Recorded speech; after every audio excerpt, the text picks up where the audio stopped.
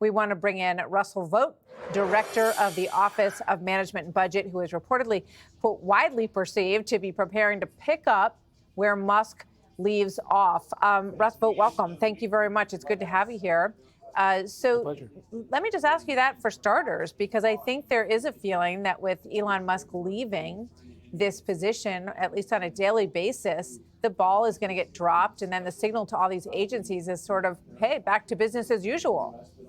Well, I haven't come to the realization or the acceptance that Elon is leaving. It's been a great partnership, and we hope it continues as long as he's able to do it amongst his other responsibilities.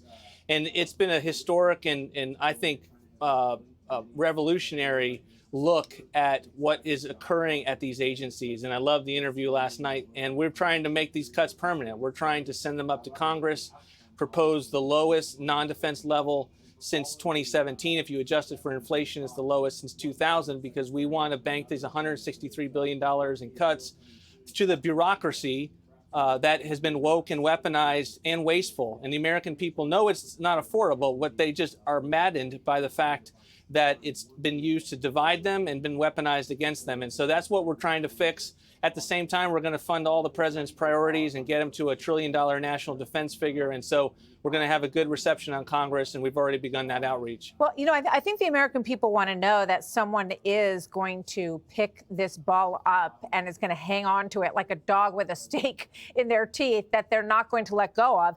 And Bloomberg wrote this: Vought is widely perceived as picking up wherever Musk leaves off. He has the institutional knowledge and perhaps the patience to make Doge cuts stick and is waiting in the wings. Is that accurate? Are you going to be that person? Nobody picks up for Elon Musk. I'm happy doing the job that I've been doing. And the relationship has been one of, we want to go as fast as we can to work with Doge as they're finding savings wherever they possibly can. And then OMB comes along and figures out how to make them permanent. That's going to continue, and we will work with whoever is at Doge to be able to make sure that this isn't just something that falls by the wayside. I promise you the president is deeply committed to the work of government efficiency. You know, it is so outrageous when you listen to these examples. And if 2/3 of them, you know, are right on the money, it is, I think, appalling to Americans who work hard and they don't want their money going down the drain for these people to sort of fly, you know, private planes. What is he talking about when he says they rented out stadiums and Caesar's Palace? What agency was that? Who did that? Well, I have to look on that one, but we've seen rampant waste everywhere. And it's both in our foreign policy, it's, you know, the housing department making the city of Los Angeles do an equity audit. It's a preschool program for curricula. It's literally designed for nothing other than to put CRT curricula in preschools for 4-year-olds. We see that everywhere. And it's not just, is it wasteful, is it maddening, it's divisive, and we're putting an end to it. Promises made, promises kept. Yeah, what about criminal? Is it criminal? And I think you would hear that fraudulent, right? I mean, it is insane, and that's the kind of thing the American people would rather be burned in the parking lot than to go to the So what happens? I mean, is someone going to go to jail? Because it really, you know, I think that the outrage is palpable on this. The waste is disgusting. The idea that you can, you know, charge things and move money into another bank from these funds that are taxpayer. Is it your sense that DOJ is going to actually follow through on some of these and prosecute in some of these cases? I do. The president's been very clear in working with our wonderful Attorney General Pam Bondi to make sure that wherever we could find fraud, that those are prosecuted, and she's been very clear on that. So we're looking on the screen, improper payments for fiscal year 2024. It adds up to about $160 billion right there. I do want to ask you about the president's budget, which just dropped, and there's a bit of pushback to it. It has cuts of 22.6%, $163 billion, another familiar number found here.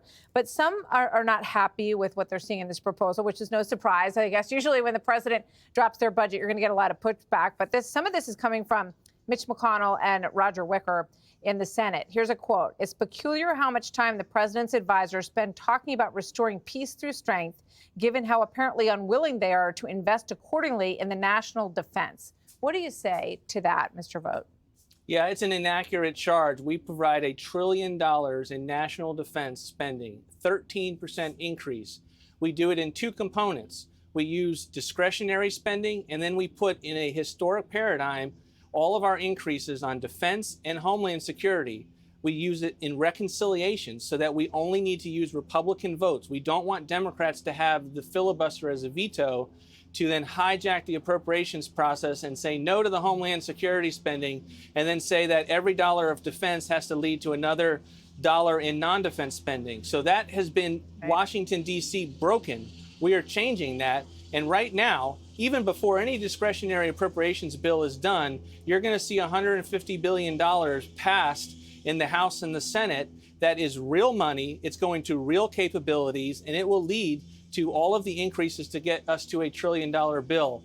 And so I love Chairman Wicker. We're going to be working with this team to continue to explain what we believe is a historic strategy to secure the actual increases, as opposed to letting the initiative be to Democrats in Congress. I got to ask you one more question before I let you go, and it's this.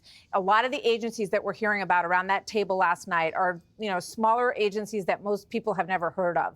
When you look at the waste in Medicare, Social Security, Medicaid, again, it's like $150 billion in these improper payments. So when are you going to go after waste, fraud, and abuse in Medicaid, Medicare, and Social Security? Well, look, I think what DOGE is doing is, in fact, real time changing processes to make sure that the improper payments goes away. We don't have to wait on Congress to do that.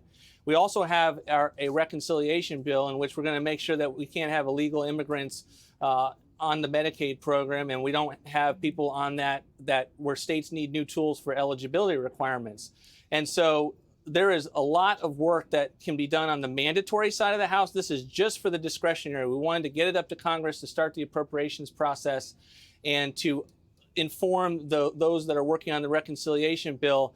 Much more detail is to come when it comes to the other programs that make up the entirety of our federal spending. Well, thank you. We appreciate what you're doing, and we thank you for your time today. Russell Vought, OMB.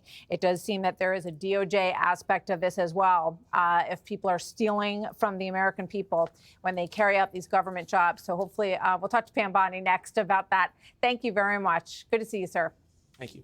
Hey, it's Will Cain. Click here to subscribe to the Fox News channel on YouTube. It's the best way to get our latest interviews and highlights. And click to subscribe to the Will Cain podcast for full episodes right now.